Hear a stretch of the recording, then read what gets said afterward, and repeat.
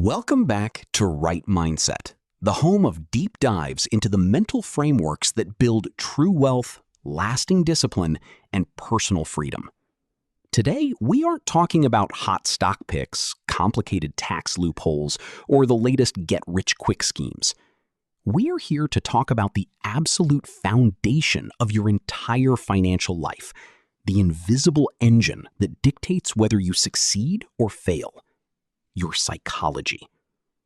We are deconstructing the modern classic, The Psychology of Money by Morgan Housel. This isn't just about finance. It's about understanding the internal biases, emotions, and hidden narratives that control how you interact with money every single day. Society loves to present money as a pure, objective game of math.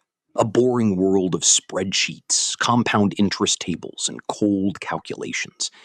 But that's a dangerous lie. The reality is that money is a social construct, deeply influenced by human emotion, history, and individual perception. We don't make financial decisions based on what's optimal on a calculator. We make them based on how we feel in the moment.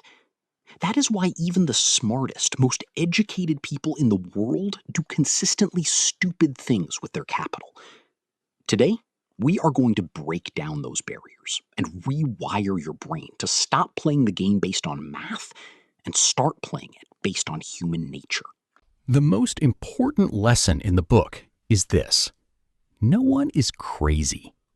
Your personal view of money is perfectly calibrated based on when and where you were born.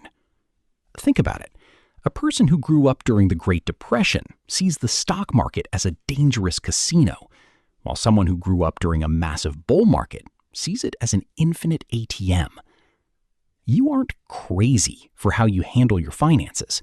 You are a product of your unique, lived experiences. Once you recognize that your financial common sense is actually just a personal bias born from your past, you can finally start making choices that serve your future self, rather than your past fears. In the world of finance, luck and risk are siblings. They are two sides of the same coin. The realization that every single outcome in your life is influenced by forces entirely outside of your individual effort. When you see someone succeed, don't assume it was all genius. Recognize that luck played a massive hidden role. And when you see someone fail, don't judge them too harshly. Understand that risk, the unpredictable side of chance, is real. Keeping this perspective is the ultimate way to keep your ego in check and your feet firmly on the ground. There is a fundamental difference between getting wealthy and staying wealthy. Getting wealthy requires taking risks, being an optimist, and putting yourself out there. But staying wealthy? That requires the exact opposite. It requires humility, a healthy dose of paranoia, and the wisdom to know that no single return is worth risking everything you've built. The goal isn't to hit a home run every single time. The key to long-term survival is avoiding financial ruin at all costs. You have to ensure you are still in the game for the long haul, even when the market throws you a curveball. People often look at Warren Buffett and wonder how he built such an empire. But the secret isn't just that he's a brilliant investor. The secret is that he has been investing for 80 years. Compounding is the most powerful force in finance, but it demands one non-negotiable ingredient: time. Most people try to outsmart the market with speed, but patience is the only true competitive advantage that can't be bought or copied.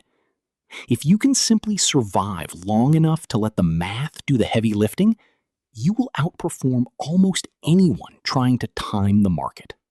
The hardest financial skill, and I mean the hardest, is getting the goalpost to stop moving. We live in a society built on comparison, where we are constantly looking at what others have and feeling like we're falling behind. But realizing what enough looks like for you is not a sign of weakness. It's a sign of true intelligence.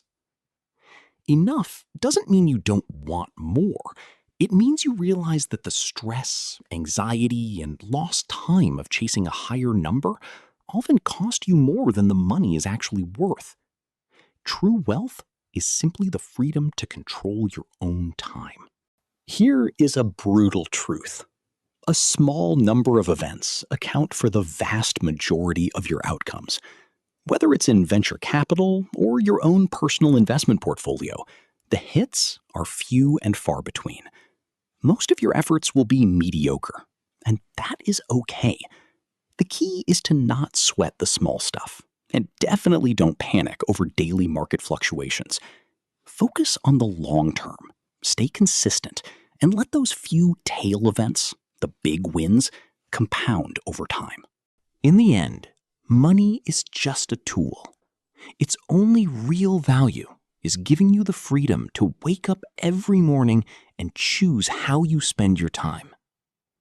If you found this deep dive into the psychology of money valuable, we want to keep building this community with you. Make sure to subscribe to the channel. Hit that like button to help us reach more people who want to master their mindset. And leave a comment below. What is one mental trap you've noticed yourself falling into? Let's discuss. Thanks for watching. And remember, keep the right mindset.